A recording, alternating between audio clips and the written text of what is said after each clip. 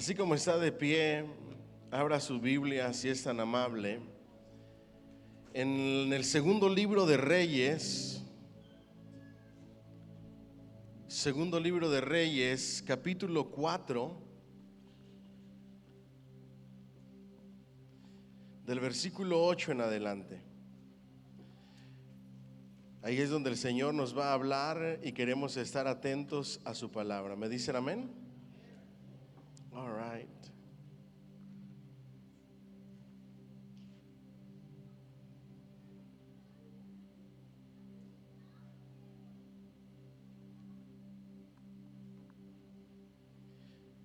¿Ya lo tenemos? Segundo libro de Reyes, capítulo 4, del versículo 8 en adelante. Dice así: para honrar al Padre, al Hijo y al Espíritu Santo. Aconteció también que un día pasaba Eliseo, ¿por dónde?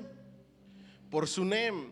Y había allí una mujer importante que le invitaba insistentemente a que comiese, y cuando él pasaba por ahí, venía a la casa de ella a comer. Y ella dijo a su marido: he aquí, ahora yo entiendo que que siempre pasa por nuestra casa es varón santo de Dios. Yo te ruego que hagamos un pequeño aposento de paredes y pongamos allí cama, mesa, silla y candelero, para que cuando él viniera a nosotros se quede en él. Y aconteció que un día vino a él por allí y se quedó en aquel aposento y ahí durmió. Entonces dijo a Giesi, su criado: llama a esta sunamita. Y cuando le llamó, vino ella delante de él. Que el Señor añada bendición a su palabra. Puede sentarse dándole un fuerte aplauso al Señor. Los preteens hoy tienen algo muy especial, así es que les voy a pedir que ningún preteen se quede aquí, porque hoy tienen algo relacionado al evangelismo. Toda nuestra iglesia está en cuanto a evangelismo trabajando muy fuerte, muy duro, y le damos gracias al Señor por eso. ¿Me dicen amén? All right. Entonces, hoy quiero hablarle acerca de un tema muy importante, y el título del mensaje es El bastón de la decepción. ¿Cuál es el título del mensaje? El bastón de la decepción. Y yo quiero hablarle acerca de una historia de una mujer de quien no conocemos su nombre.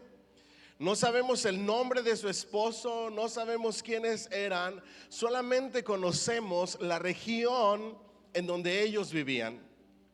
Sunem era una aldea pequeña en la tribu de Isaacar. ¿De cuál tribu era? Entonces la sunamita era, por ende, de la tribu de Isaacar, a unos 7 kilómetros al norte de Jezreel. Pero no era un lugar cualquiera, estaba situado en un camino que unía a Samaria con el monte Carmelo, y por ahí tenía que pasar el profeta Eliseo para llegar al monte Carmelo o a Carmel, donde se quedaba usualmente. Pero cuando él pasaba, había alguien quien lo observaba. ¿Qué hacía la mujer? Lo observaba. Ahora, muchos se preguntan, pero ella, ¿por qué lo observaba? Es que la fama del profeta no era poca, era mucha.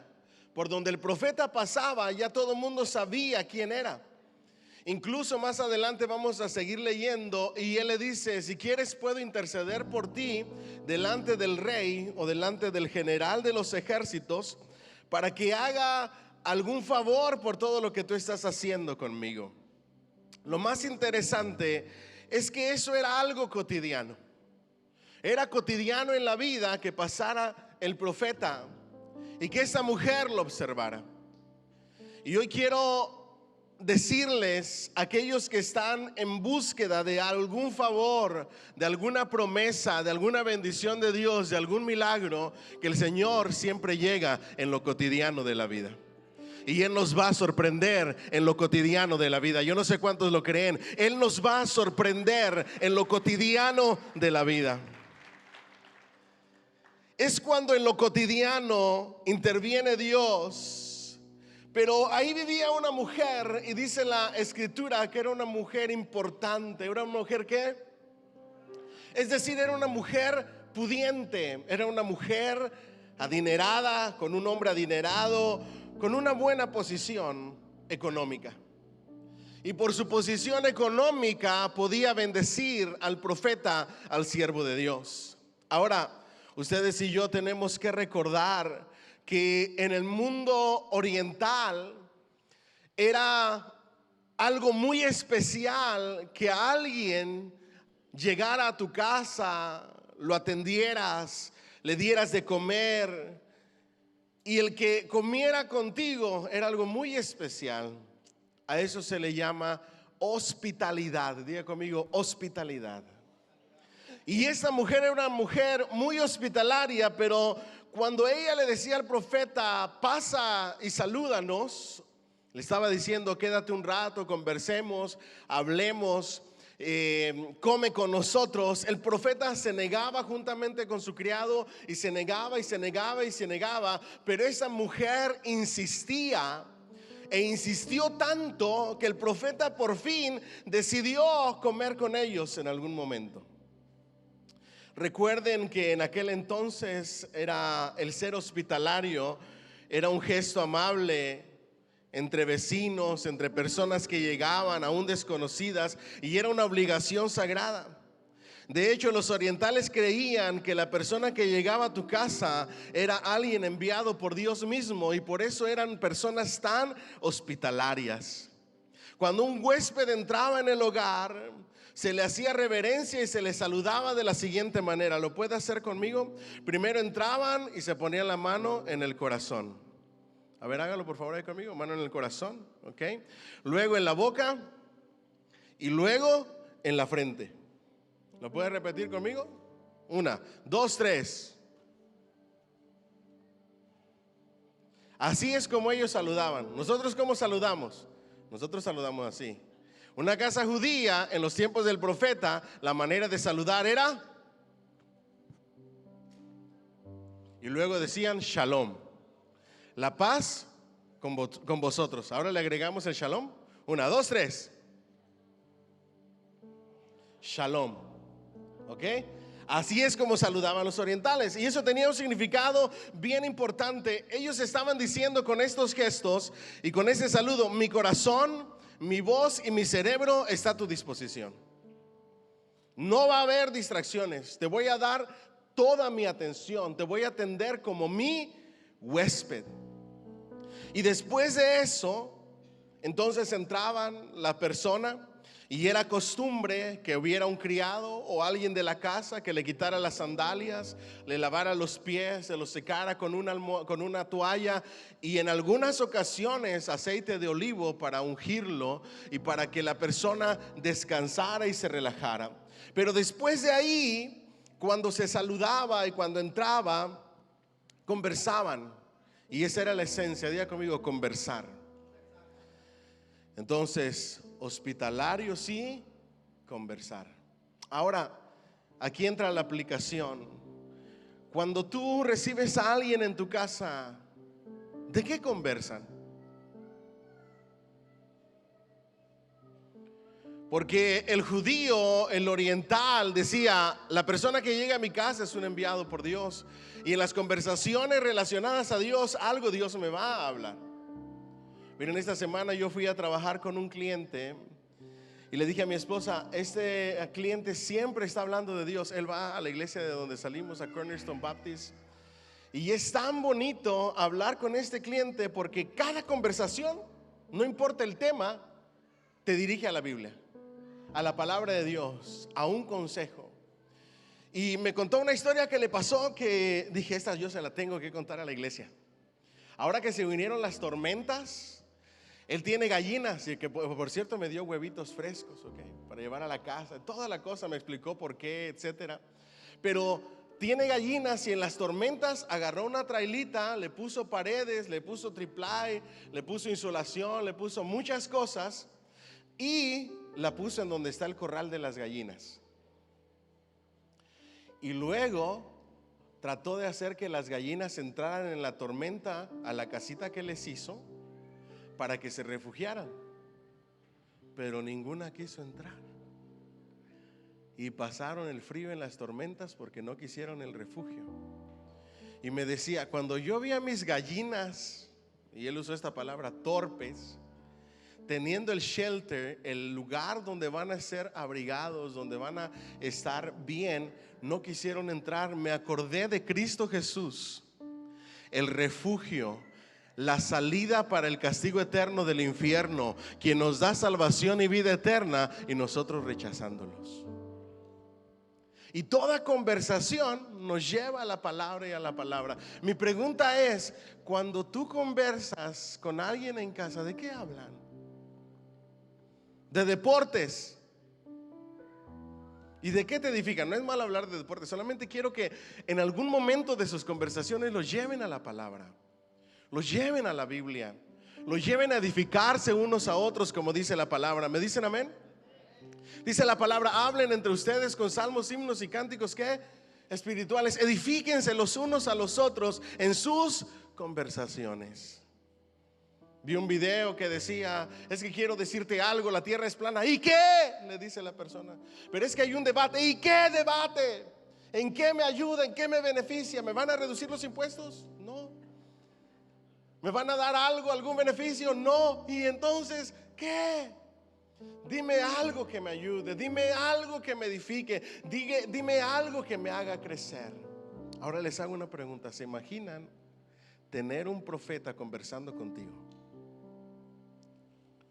Cuando alguien entraba a la casa, a una casa judía, había hora de entrada, pero no había hora de salida. Comías ahí, podía que pasaras la noche y te insistían para que te quedaras más días. Por eso ahora cuando leamos, el profeta le dice a su siervo, vete y llévate este bastón. Y ahorita les voy a explicar por qué el título.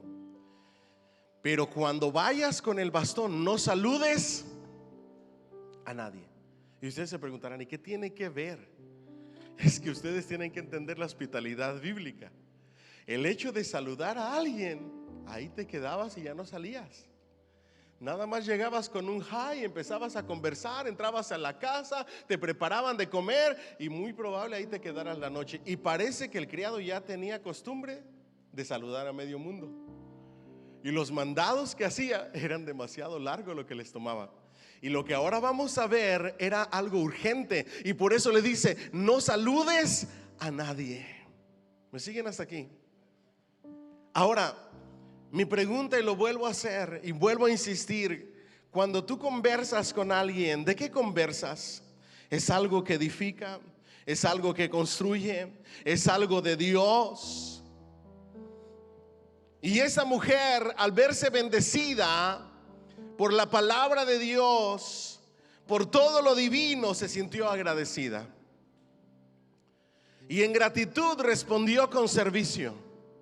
Y nosotros debemos de vivir agradecidos con aquel que nos amó tanto, que entregó su vida por amor a nosotros en aquella cruz del Calvario. Y nos dejó una palabra y un Espíritu Santo para que nos guíe, para que nos consuele, para que nos dirija. Y por todo lo que hemos recibido de Cristo Jesús deberíamos de vivir agradecidos con Él. Y nuestra gratitud debería de transformarse en servicio. Ni un amén. Santo Dios. Nuestra gratitud debería de transformarse en servicio. 10 amenes. Lo voy a volver a repetir. Aunque no se quiera comprometer, el Señor me está usando. Nuestra gratitud se debe de convertir en servicio. Eso, ya dijo amén. Ya no hay vuelta atrás. Y mire que ella tenía la posibilidad de construir otro cuartito. Hay personas aquí que tienen un cuarto especial dedicado para atender a las visitas. Se le llaman el cuarto de visitas. Pero en la antigüedad construir un cuarto no era cosa fácil. Ustedes lo saben por el curso que tuvimos de historia y cultura en tiempos bíblicos. A veces Tenías que hacer un cuartito en la propiedad de mamá y papá para vivir ahí porque no te alcanzaba para comprar una propiedad. Pero esta era una persona acomodada y ella pudo construir un cuartito en la azotea. A eso le dice la Biblia un aposento. Y luego le puso lo necesario, lo que el profeta podía necesitar. Le puso una mesa, un candelero, le puso una cama, para que él pudiera ahí descansar. Mi pregunta es, ¿cómo expresas tu gratitud a Dios o a alguien que ha bendecido tu vida? ¿Qué es lo que haces? Porque la gratitud se debe de transformar en acciones para bendecir. Se lo voy a volver a repetir. La gratitud se debe de transformar en acciones para bendecir. Y esas acciones deben de reflejar el amor y la gratitud que tienes para aquel que te ha dado y te ha enseñado todas las cosas. Y le hizo un cuarto. Le puso todo lo necesario en el cuarto. Primero le rogó, tuvo un primer encuentro con el profeta y luego era normal que él pasara por ahí de Sunem hasta llegar a donde se quedaba el profeta. Caminando eran aproximadamente unas 7 u 8 horas. Alrededor de 27 millas tenía que caminar el profeta para llegar a su destino. Entonces, la pregunta es, ¿quién está pasando por tu camino que te va a bendecir con una palabra de Dios, con un mensaje de Dios que va a tocar tu corazón? La hermanita Maricela en la vigilia dijo un testimonio de algo que estaban pasando ellos, y que cuando vinieron en el Día Internacional de la Mujer, las niñas de la danza, a darle su florecita, le dieron un versículo. Luego ese versículo se volvió a repetir en su devocional, y ese versículo tocó su corazón y recibió una palabra de Dios y entendió que Dios le estaba hablando. ¿Qué es lo que está pasando en tu camino? ¿Cómo Dios te está hablando? ¿A quién Dios está poniendo en tu camino? ¿A quién estás recibiendo en tu casa? Porque la hospitalidad verdadera no es solamente abrir la puerta, sino abrir el corazón. La verdadera hospitalidad se basa en conversar, escuchar, apoyar, animar y bendecir la vida de alguien que quizá necesita un consejo, una palabra, una oración, y en algunas ocasiones hasta solamente un abrazo, y eso puede cambiar la vida de alguien. ¿Cómo estás recibiendo a los que Dios pone en tu camino? Esa es la pregunta hoy. Ahora, cuando uno recibe, como en el caso del profeta, hay que hacer algo. ¿Me dicen amén? Y vamos a seguir leyendo ahí.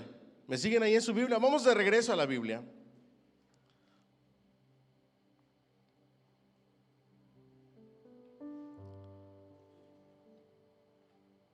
Versículo 11. Y aconteció que un día vino él por allí y se quedó en aquel ¿qué?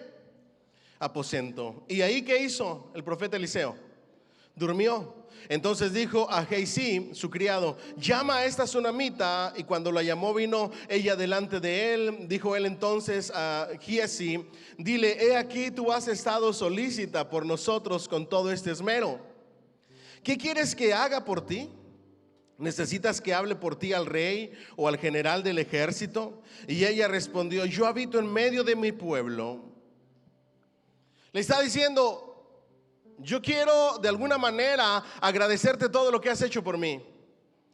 ¿Y sabes algo? Tengo palancas, tengo influencia con el rey, con el general del ejército. Si tú quieres, yo te puedo conectar porque tengo buenas conexiones y te pueden hacer un favorcito por ahí, porque yo no tengo que pagar, cómo pagarte, pero sí tengo y conozco a alguien que te puede hacer un favor. Y ella responde: yo habito en medio de mi pueblo, es decir, soy una persona acomodada, no tengo necesidad de nada, estoy muy bien aquí donde estoy.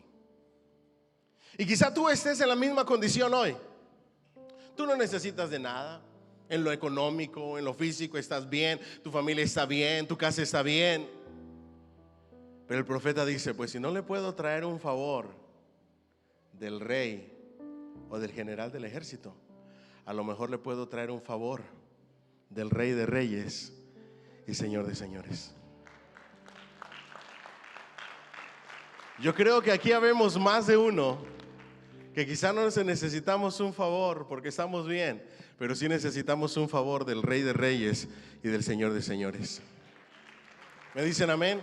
¿Y sabe qué es lo mejor? Que hay alguien intercediendo por tu necesidad, por aquella situación que no has hablado con nadie, que nadie conoce. Entonces viene la tsunamita y le dice al profeta: yo no necesito nada. Pero había un comunicativo por ahí. Diga conmigo, el criado. ¿Se recuerdan que les dije, que les dijo: no te detengas y no saludes a nadie? Porque ya tenía famita de que le gustaba saludar, quedarse en las casas y conocer los asuntos de medio mundo. Y el criado sabía algo de la tsunamita que ella no quiso decir. Entonces le pregunta al criado: ¿qué podremos hacer por la tsunamita? Noten que no fue la tsunamita la que pidió el hijo. Fue el criado, que él sabía su historia, y le dijo: ¿sabes qué? Que esta tsunamita es estéril y su esposo ya está pasadito de edad, o sea, viejo pues, y no han tenido hijos. Ahora, ojo, no tener hijos en la antigüedad era visto como un castigo de Dios. Seguramente tenías un pecado oculto por lo cual Dios te estaba castigando, o era visto como algo, como una situación de vergüenza, de burla, porque no tenías heredero, no tenías a nadie, no tenías hijos. Era lo más vergonzoso, era lo peor que podías experimentar en aquella época. Y ella había aguantado muchas burlas, y le dice el criado: es estéril, no tiene hijos. Y ahora, para no decirles nada fuera de la historia que no les debo de decir, sigamos leyendo la Biblia, porque solamente les estoy explicando versículo a versículo. ¿Me siguen hasta aquí? Entonces dice: y él dijo: ¿qué pues haremos por ella? ¿Y quién contestó? Giezi, el criado, respondió: he aquí que ella no tiene hijo y su marido es viejo. Dijo entonces: llámala. Y él la llamó, y ella se paró a la puerta con mucha prudencia, con mucha vergüenza. Ni siquiera entró al aposento del profeta, y le dijo: el año que viene por este tiempo abrazarás un hijo.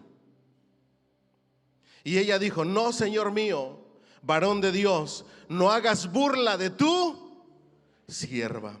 Mas la mujer concibió y dio a luz un hijo el año siguiente, en el tiempo que Eliseo le había dicho. Denle un fuerte aplauso al Señor, por favor. Y aquí viene mi primer punto. Diga conmigo: la promesa no pedida. Había una necesidad, pero ella no había pedido nada para esa necesidad. Y así habemos muchos aquí que tenemos necesidades que no hemos pedido, pero la gracia y el amor y el favor de Dios es tan grande que aún nos da más de lo que hemos pedido, porque Él conoce todas las cosas. Yo no sé qué le provoca eso. Él conoce todas las cosas. Y hoy tú tienes que entender que Dios te ha dado más de lo que mereces. Nos ha dado más de lo que merecemos, nos ha dado más de lo que pedimos, y nos ha dado aún lo que no le hemos pedido, pero que es para nuestro bien, nos ha dado. Yo no sé cuántos de ustedes se levantan en la mañana pidiéndole al Señor que haya agua en su casa. ¿Cuántos se levantan diciéndole: Señor, yo te pido que este mes haya para pagar el agua porque yo necesito agüita en mi casa? No, muy pocos. Es algo normal de que ya sabemos que va a haber agua en la casa. Pero de Él recibimos todas las cosas, de Él provienen todas las cosas. Y hay cosas que tú has recibido, que el Señor te ha mandado, que ni siquiera te has dado cuenta, no las estás valorando, pero el Señor las está llevando para contigo. Y hay cosas que has recibido que tú no pediste, pero han llegado justo a tiempo, cuando más lo has necesitado, y te ha provocado alegría, y te has quedado sorprendido, te has quedado sorprendida del amor de Dios. Y lo único que puedes decir es que yo no me esperaba esto. Yo no me esperaba que se abriera esta puerta. Yo no me esperaba que me trataran así. Yo no me esperaba que sucediera esto. Yo no me esperaba, pero Dios sí, porque Él quiere lo mejor para sus hijos. ¿Alguien dice amén? Él quiere lo mejor para sus hijos. Hoy yo solamente quiero repetirles la palabra de Dios. En un año a esta misma hora. ¿Alguien me dice amén? Yo no sé si ese año en tu vida va a ser literal. Lo único que quiero decirte es esto: en el tiempo de Dios te va a visitar una bendición de Dios, incluso que tú no has pedido. ¿Alguien dice amén? Yo lo creo y lo he vivido. Y se los voy a volver a repetir porque lo siento bien fuerte en mi corazón. En el tiempo de Dios, en lo que Él haya establecido, a esa hora que Él ha establecido, vas a recibir promesas cumplidas en tu vida que ni siquiera has pedido. Yo no sé cuánto lo pueden creer, porque Dios así obra, y su amor y su gracia y su misericordia, aún cosas que no pedimos, son las bendiciones que Él derrama sobre la vida de sus hijos. Y Él nos va a dejar sorprendidos. ¿Cuántos han quedado sorprendidos con el amor de Dios? Y ella le dice: no te burles de mí. Ya estaba acostumbrada a las burlas, a los rechazos, a que la gente hablara de ella, a las críticas, a los juicios. Y ella le dice: no, Señor mío, no te burles de mí. Cuando le dice santo, no es en lo moral, se está refiriendo a que era un profeta de Dios, era alguien dentro del servicio al Señor. Y le dice: no te burles de mí. Y el profeta le dice: en un año. Dile al que está a tu lado: en un año. Quizá puedes decir mañana a esta hora, al rato a esta hora, en 2 meses. Algo va a suceder en tu vida y Dios te va a dar una alegría y una bendición, algo que te va a traer regocijo, como hizo este niño a la vida de esta mujer. Entonces, volvemos a la Biblia. Noten que ella no estaba clamando por ese hijo, no estaba orando por ese hijo, simplemente se había resignado al dolor. Hoy Dios tiene una palabra para nosotros. En medio de la resignación, del dolor, de lo que está pasando en tu vida, Dios va a hacer algo que ni siquiera te imaginas. ¿Me dicen amén? Dios va a hacer algo que ni siquiera te imaginas. Quizá tú ya te acostumbraste a ese dolor, a ese sufrimiento. Quizá tú ya te acostumbraste, como les decía a los jóvenes, a llevar esa piedrita en el zapato, y ya es normal en tu vida. Pero Dios te va a sorprender. Yo lo creo, Dios te va a sorprender. Entonces viene ella y le dice: Señor, no te burles de mí. Él le dice: vas a tener un hijo en tus brazos. Ella no había pedido nada. Ella no había rogado por nada. ¿En cuántas ocasiones Dios nos ha sorprendido cuando ya hemos dejado de pedir? ¿Se ha dado cuenta? Cuando te resignas y dejas de pedir aquella cosa y dices: me basta la gracia del Señor, pero luego Dios te sorprende, y eso por lo que dejaste ya de pedir llega a tu vida. Así trabaja Dios. Él obra a su tiempo, a la hora que Él quiere, cuando Él quiere, en el momento que a Él le place. A veces nosotros vemos ciertas áreas estériles en nuestra vida. A veces es alguna enfermedad, alguna dolencia crónica, y decimos: esa es mi esterilidad. A veces es algo emocional, y esa esterilidad, ese sufrimiento, aquello con lo que tú lidias cada día, dices: es que esto es lo que me tocó sufrir, esto es lo que me tocó enfrentar, y lo voy a hacer. A veces puede ser espiritual, pero Dios te puede sorprender todavía. Mientras hay vida, hay esperanza. Y para Dios no hay nada imposible. Él es hacedor de milagros y de maravillas. A veces Dios nos da lo que pedimos. A veces Dios no nos da lo que pedimos. Y a veces nos da lo que ni siquiera hemos pedido. Entender a Dios, jamás. Bástate solamente con obedecerle. Se lo vuelvo a repetir: a veces Dios nos da lo que le pedimos. A veces Dios no nos da lo que le pedimos. Y a veces lo que no le hemos pedido, dejamos de pedir, es lo que Dios nos da. Lo único que debes de saber es que Él sabe qué es lo mejor para ti y te va a dar lo que sea lo mejor para ti. Pasaron los años y miren lo que sucedió. Regresamos a la Biblia.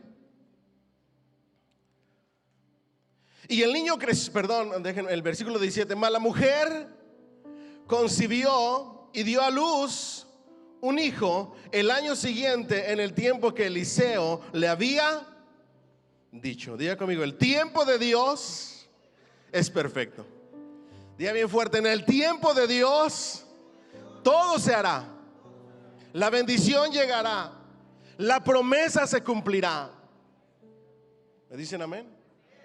Pero como les decíamos a los matrimonios ayer, la realidad del matrimonio es que el matrimonio es algo agridulce. A veces momentos amargos y a veces momentos dulces. El niño creció. Diga conmigo, el niño creció. Ya tenía, según los estudiosos de la Biblia, presta atención a este dato porque no está en la Biblia, alrededor de 5 o 6 añitos el niño. ¿Cuántos años tendría para cuando sucede esto? Cuando dice el niño creció, el profeta no dice cuánto tiempo. Simplemente tú vas haciendo cuentas en el libro, la historia, bla, bla, bla. Y los estudiosos dicen que el niño tendría alrededor de ¿cuántos años le dije? 5 o 6 añitos. Y andaba con su papá en el campo. Y luego solamente gritó: ¡ay, mi cabeza, mi cabeza! Y lo llevaron con su mamá a la tsunamita. La mamá, es que voy a tratar de no ponerme emocional, pero yo me meto tanto en la historia bíblica que me da, yo me imagino tener a mi niñita Keike de 8 añitos, que ande conmigo en algún lugar y que de repente grite: ¡ay, mi cabeza! Llevarla a los brazos de mamá y que mamá con su bebita, con su hijito, mirándolo a los ojos, sufriendo, se muere en sus brazos. Eso fue lo que le pasó a la tsunamita. Y por eso va a reaccionar de la manera que reaccionó. Pasó el tiempo, el niño creció, andaba con su padre. No quiero agregarle ni quitarle. ¿Nos vamos a la Biblia? Vamos a leer la Biblia y luego le voy explicando todo lo que sucedió. 5 o 6 añitos podía tener cuando dice que el niño creció. Pero aconteció un día que vino a su padre, que estaba con los segadores, andaba en el campo, y le dijo a su padre: ¡ay, mi cabeza, mi cabeza! Y el padre dijo a un criado: llévalo a su madre. Y habiéndole él tomado y traído a su madre, estuvo sentado en sus rodillas hasta el mediodía y murió.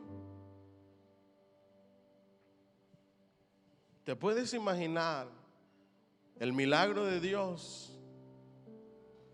La promesa de Dios cumplida, ahora muerto. Escuche lo que le voy a decir.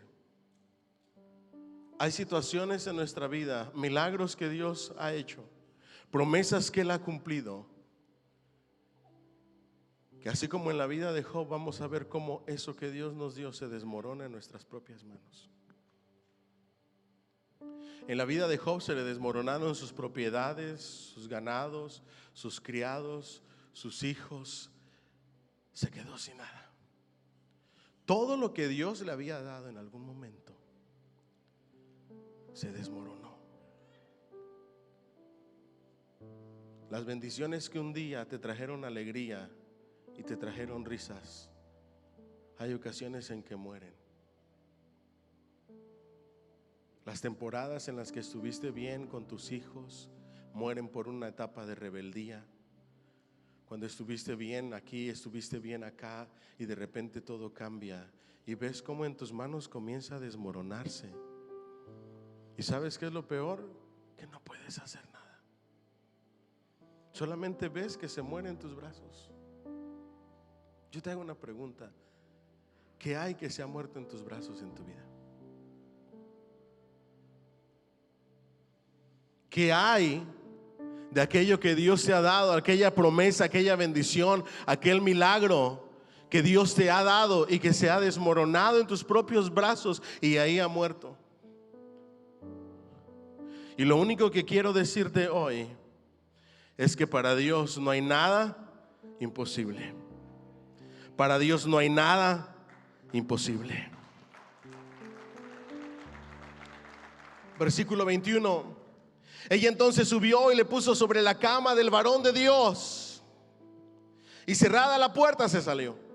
Y estos versículos son tan especiales. Ella tenía a su hijo muerto. En la antigüedad bíblica, en el momento en que moría alguien, si la gente se enteraba, ya estaban preparándolo para hacer todo el ritualismo que se hacía para cuando alguien fallecía. Pero ella ocultó su muerte. No le dijo a nadie. Simplemente lo llevó a la cama lo llevó al lugar donde ella creía y pensaba que podía suceder un milagro. ¿Y saben qué es lo peor y lo que nos pasa a nosotros? Que llevamos nuestras situaciones muertas al lugar incorrecto. Lo llevamos al banco, lo llevamos al amigo, lo llevamos al conocido, lo llevamos a los abogados, no tiene nada de malo llevarlos a esos lugares, pero primero tienes que ir a un lugar, al primer lugar, al lugar más importante, y es ponerlo delante de Dios, delante de la presencia de Dios, en las manos de Dios. Ahí debes de ir primero que nada, a poner tu situación, a poner aquello que quieres que Dios obre en tu vida. Los pecados que has cometido, los errores que has cometido, aquello que hemos hecho, cualquier cosa, cualquier situación, al lugar donde debemos de llevarla es a la presencia de Dios. Dice que lo llevó y lo puso sobre la cama ¿de quién? Del profeta, porque el profeta era un portavoz de Dios. En la vida del profeta se veía la misma presencia de Dios. Y ocultó su muerte y lo llevó a la cama del profeta, porque todavía tenía fe, tenía esperanza de que esa promesa, ese milagro, Dios no lo iba a dejar morir tan fácilmente. Dios podía hacer algo todavía. Aún a pesar de muerto, Dios tiene el poder de resucitar lo que está muerto y darle vida. Voltea al que está a tu lado, a los dos lados, y ¿sabes qué es lo que puedes ver ahí? Muertos resucitados. Porque yo estaba muerto, pero Cristo me dio vida.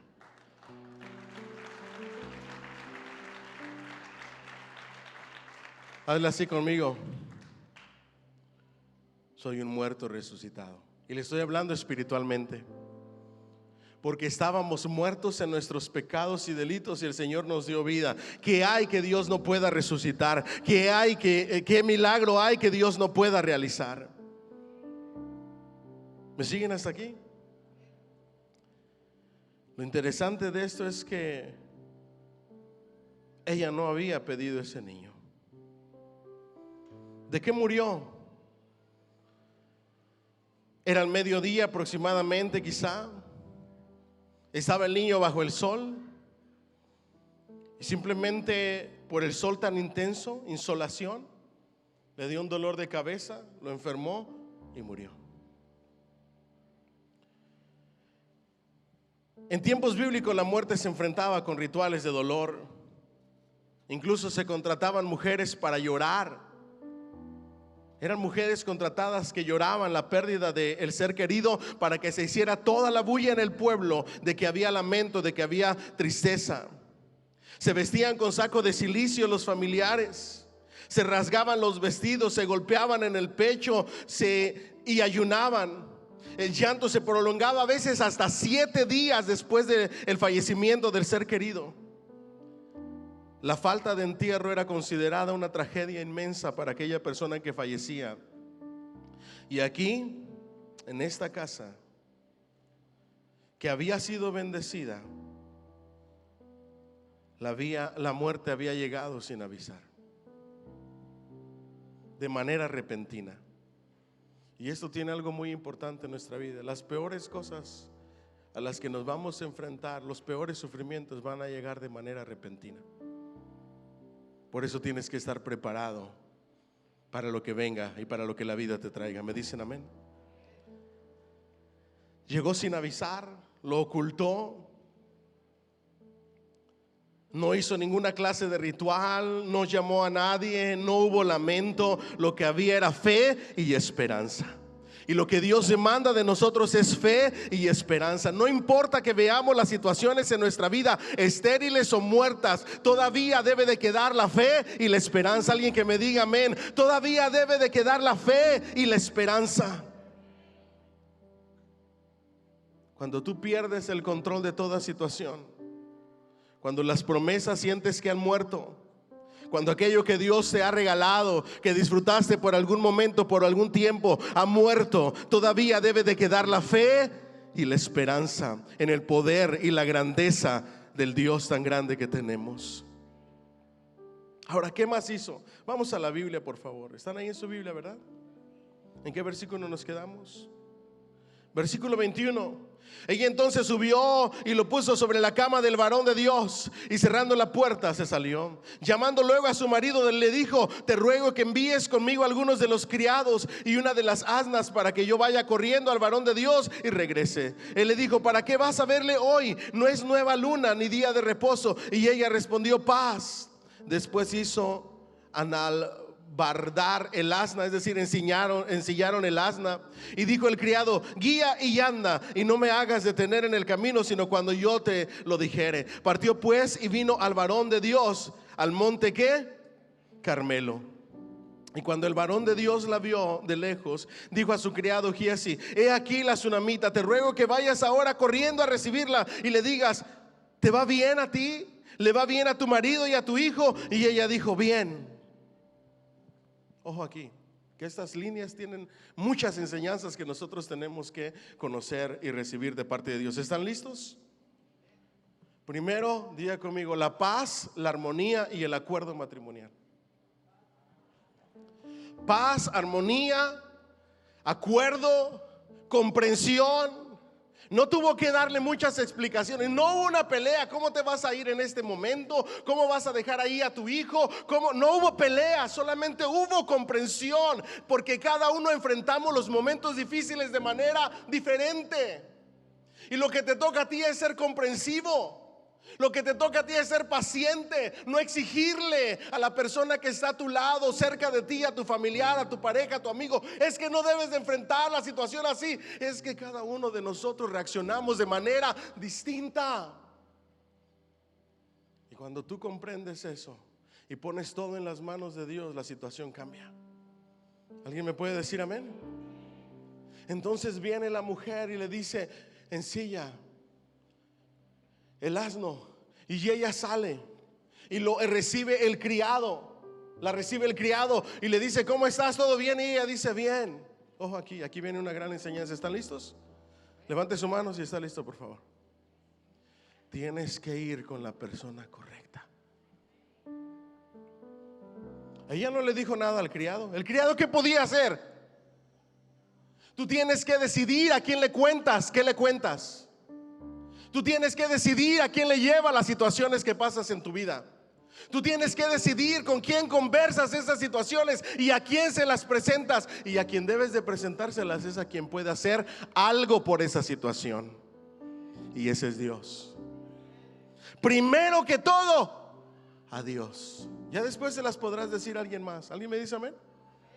Y ella se aguantó, ella no se desahogó con la primera persona que se le puso enfrente. Ella simplemente tenía en su mente: hay alguien que me puede ayudar, hay alguien que puede hacer algo, y solamente delante de alguien me voy a desahogar. No hay mejor desahogo en esta vida que sean nuestras peticiones conocidas delante de Dios, en oración, ruego y súplica, dice la palabra.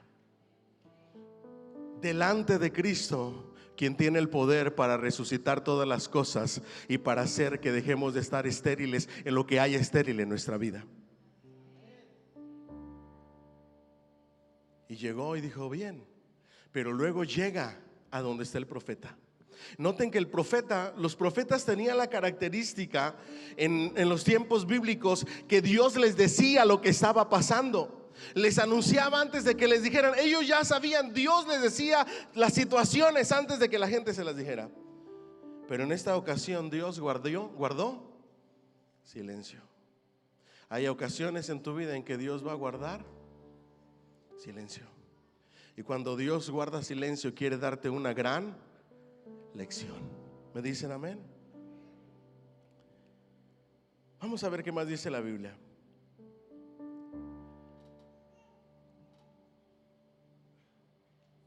Dice el versículo 22: luego que llegó a donde estaba el varón de Dios en el monte, se asió de sus ¿qué? De sus pies, y se acercó Giezi para quitarla, pero el varón de Dios le dijo: déjala, porque su alma está ¿en qué? En amargura, y Jehová me ha encubierto el motivo y no me lo ha revelado. ¿Cómo llegó la mujer? Primero que todo, antes de desahogarse emocionalmente, llegó de rodillas. ¿Cómo debemos de llegar nosotros delante de Cristo, el hacedor de todas las cosas? De rodillas, con humildad de corazón, con fe, con esperanza. Y luego se desahoga. Ustedes saben que a Dios no le molesta que nos desahoguemos delante de su presencia, ¿verdad? Y ella dijo: pedí yo, hijo, a mi Señor. Y ahí salió toda la amargura, todo lo que ella tenía, la frustración, la desesperación. Pedí yo, hijo, a mi Señor. ¿Se pueden imaginar las lágrimas de esa mujer desesperada? No dije que ya, que no te burlaras de mí. ¿Acaso es esto una burla? Entonces dijo él a Giezi: ciñe tus lomos y toma mi báculo en tu mano y ve, si alguno te encontrare, no lo saludes, y si alguno te saludare, no le respondas, y pondrás mi báculo sobre el rostro del niño. Y dijo la madre del niño: vive Jehová y vive tu alma, que no te dejaré. Él entonces se levantó y le siguió. Y Giezi había ido delante de ellos y había puesto el báculo sobre el rostro del niño, pero no tenía voz ni sentido. Y así se había vuelto para encontrar a Eliseo y se lo declaró diciendo: el niño no despierta.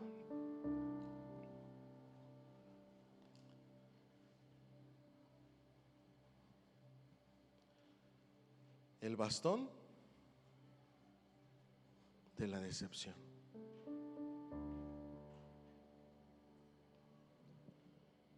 Va a haber momentos en nuestra vida en que vamos a pensar que Dios va a obrar de una manera, pero Dios está obrando de otra. Y ahí lo único que nos queda es esperar pacientemente en Jehová.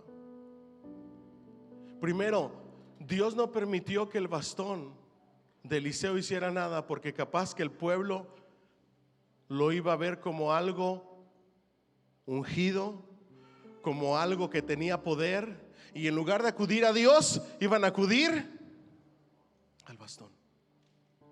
Y eso es lo que nos pasa a nosotros. En lugar de acudir a Dios, hemos acudido a un bastón. ¿A quién has acudido tú para buscar tu ayuda? Porque hoy Dios viene a decirte: va a haber momentos en tu vida en que lo único que vas a tener es decepciones. No va a pasar nada hasta que entiendas que alzarás tus ojos a los montes y de ahí va a venir tu socorro. Tu socorro solamente vendrá de Jehová, que hizo los cielos y la tierra. No dará tu pie al resbaladero. Y vas a ver en tu vida muchos bastones de decepción, muchas palabras vacías que alguien dijo que no era palabra de Dios. Mucha manipulación vas a ver en tu vida, mucha estafa, mucho engaño, muchos bastones de decepción, muchas promesas vacías que te van a decir: si tú haces esto, Dios va a hacer esto por ti. Si tú le prometes esto a Dios, Dios va a hacer esto por ti. Si pactas, si das esto, si te deshaces de tu casa, Dios te va a pagar lo que debes en tu casa. No creas, solamente créele a Dios. ¿Y cómo te das cuenta que es algo de Dios? Cuando ves el milagro suceder. El profeta nos da una gran enseñanza ahí, para nuestro bien. Al profeta se le enseñó: si Dios te ha dado un llamado, si Dios te ha dado un propósito, si Dios te ha dado dones, hay cosas que solamente tú puedes hacer, no puedes mandar a nadie más. El que tenía la unción, ¿quién era? El profeta. No era el criado. No mandes a alguien a que haya algo que Dios te está mandando a hacer a ti. No delegues algo que Dios te está diciendo que hagas tú. No trates de impartir tu unción, porque es algo que solamente Dios te ha dado a ti. La que salió más perjudicada fue esta mujer sunamita. Déjame ver, ¿dónde está Alex? Oh, Alex, ven, mijo. Ven tantito, mijo, please. Sí, tú, mijo, tú eres mi fuerte aquí. Acuéstate aquí, mijo, boca arriba, por favor. Hoy sí vino mi ayudante. Llega el criado, toca su frente con el bastón,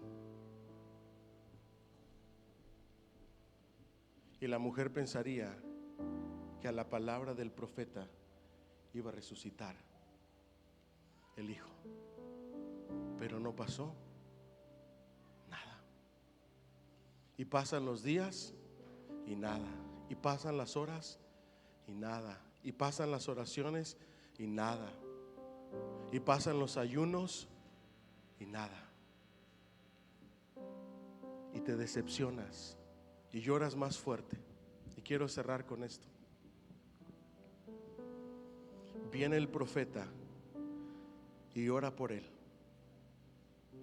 personalmente, y no pasa nada. Y sigue orando por él y no pasa nada. Y se toma un break y camina por la habitación y está desesperado.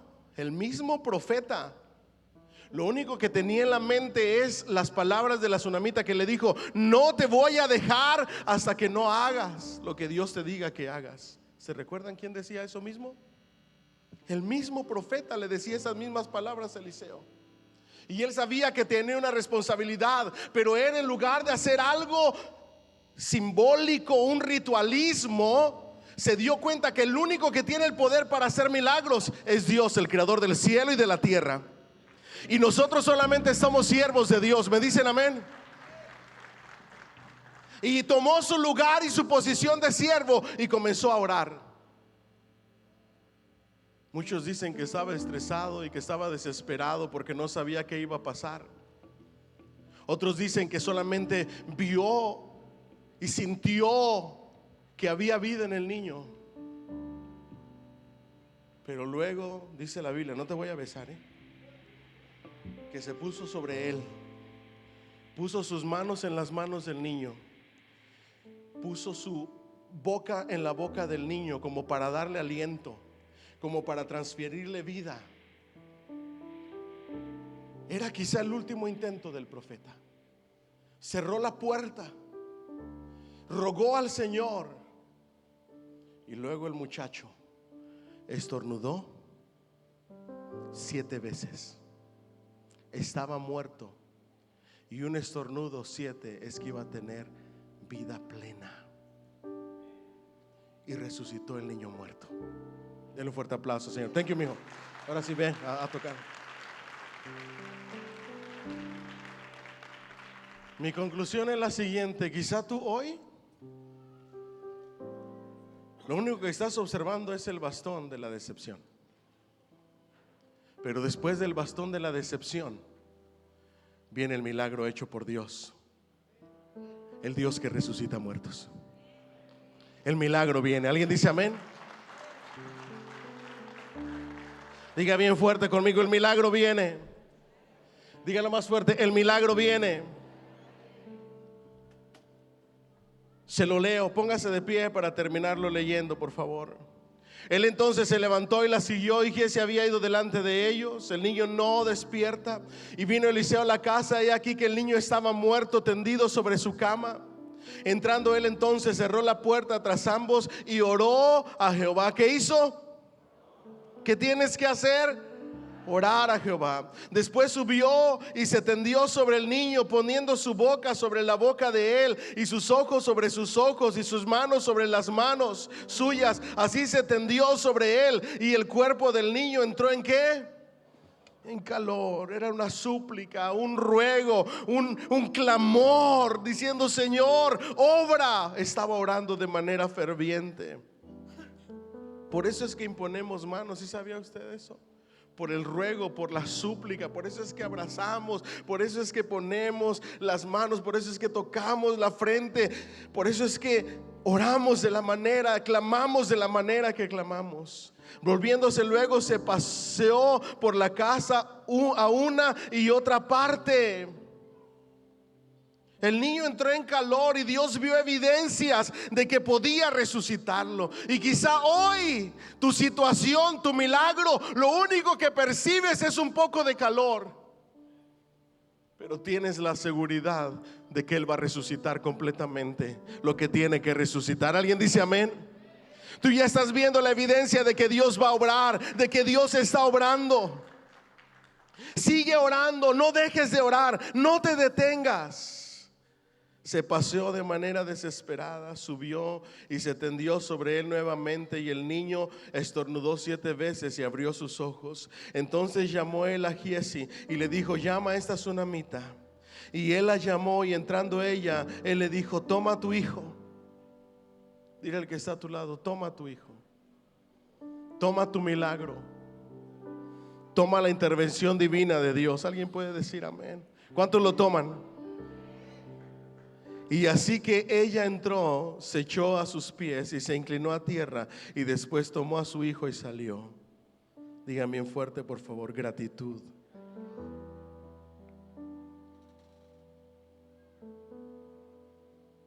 Cierra tus ojos un momento. Hay ciertas cosas que nosotros vemos en esta historia. Primero, la fe de esta mujer. Cuando su milagro había muerto, ese mismo milagro y promesa que Dios le había dado, ella creyó en Dios, en el Dios que tiene el poder para resucitar a los muertos, para resucitar todo aquello muerto, para hacer milagros y prodigios. Ella no descansó en un bastón, descansó en las promesas de Dios, en el poder de Dios y en lo que Él es capaz de hacer.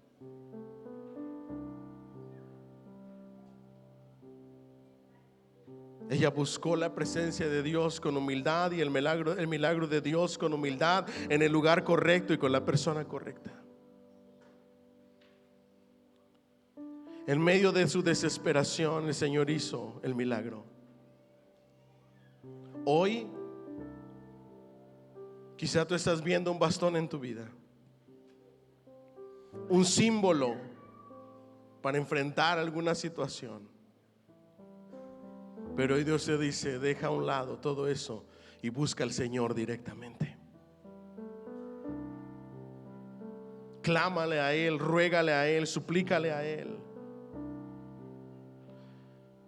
Y cuando Él obre, lo hará completamente. 7 veces estornudó para demostrar que Él es el dador de la vida.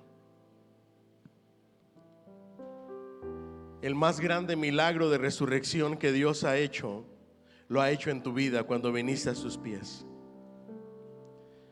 Eras un muerto que caminaba en vida física, pero muerto espiritualmente, y Él te impartió y te infundió vida por su sacrificio y su resurrección.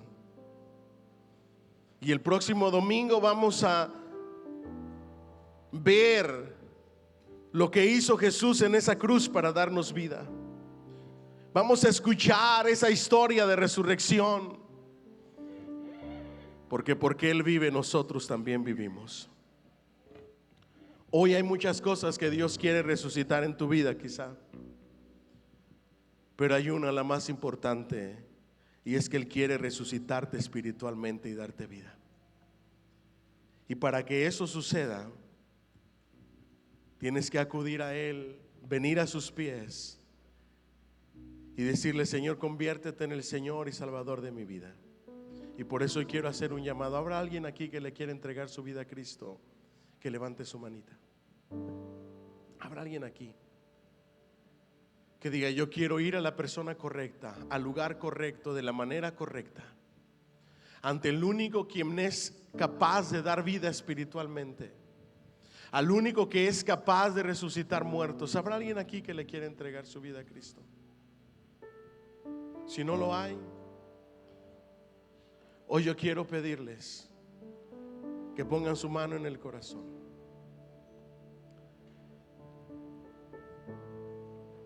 Y si hay alguien que tiene una situación estéril en su vida, algo muerto en su vida que necesita que resucite, alguien que está viendo a Dios obrar y ha visto que hay un poco de calor en eso que necesitas que resucite, hoy Dios te dice: yo lo voy a resucitar. Yo tengo el poder para resucitarlo.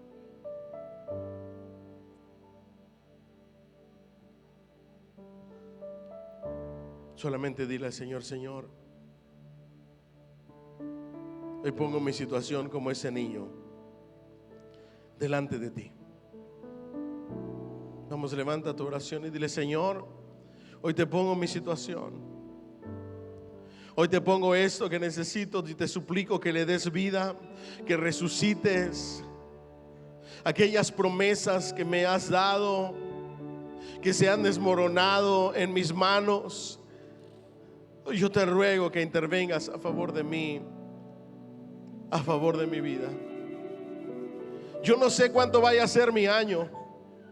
Yo no sé cuánto vaya a durar de tiempo para que tú hagas lo que tengas que hacer. Pero mientras eso suceda, yo esperaré pacientemente en ti y diré que si te tengo a ti, lo tengo todo. Lo más que anhelo es a mi amado. Se lo puedes cantar con todo tu corazón. Levanta tu mano derecha y dile: Señor, si te tengo a ti, lo tengo todo. Si te tengo a ti, lo tengo todo. Tú eres mi plenitud. En ti está mi fe, en ti está puesta mi esperanza, en ti está puesta mi confianza. Tú eres el único quien tiene el poder para resucitar lo muerto, el único que puede traer vida a lo que está estéril. Y hoy mis situaciones de esterilidad, las situaciones que están muertas en mi vida, las pongo delante de tus pies para que las resucites, Señor. Te lo pedimos en el nombre poderoso de Jesús.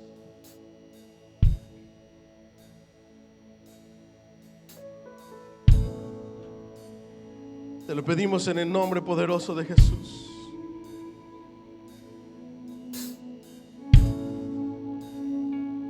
¿Por qué no le cantas con todo tu ser?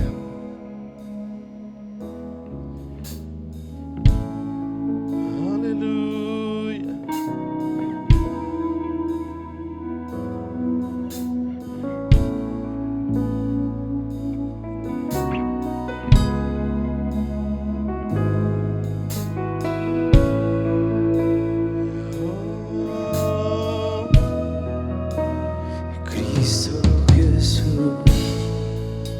Eres mi plenitud,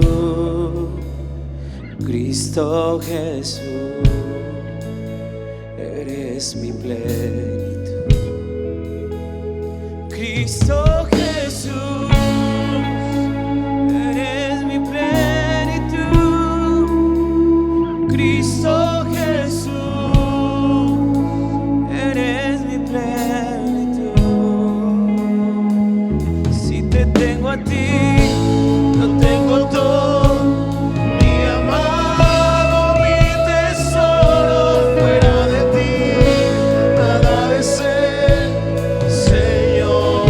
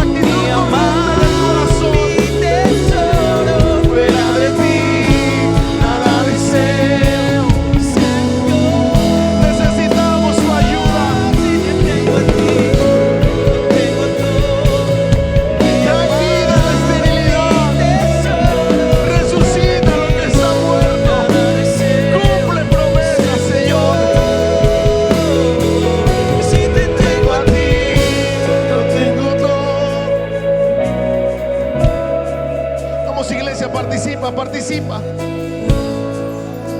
¿Cómo te presentarás delante de Dios para clamar por tu milagro?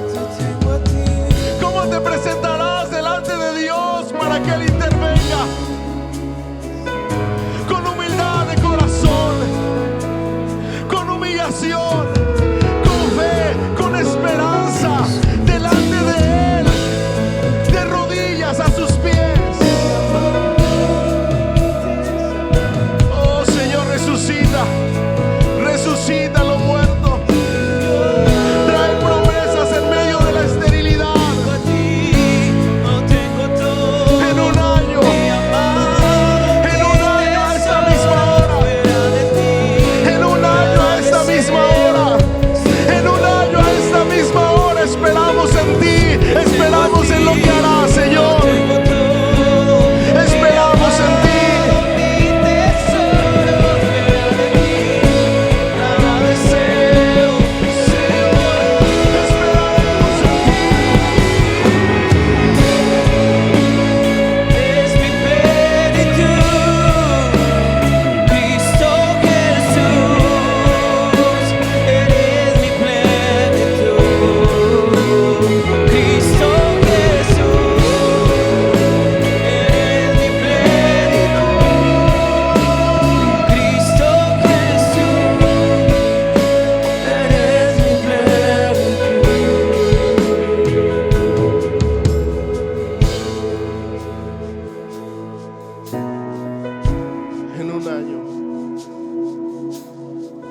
En un año tendremos en nuestros brazos tu promesa cumplida, tu bendición hecha realidad, tu intervención, tu favor. Mientras tanto esperaremos en ti, nuestro refugio, nuestra esperanza, nuestra plenitud será Cristo hoy y siempre. Amén y amén. Dar una ofrenda de palmas al Rey. ¿Cuántos creen que Dios es bueno? Quiero hacer una pequeña aclaración.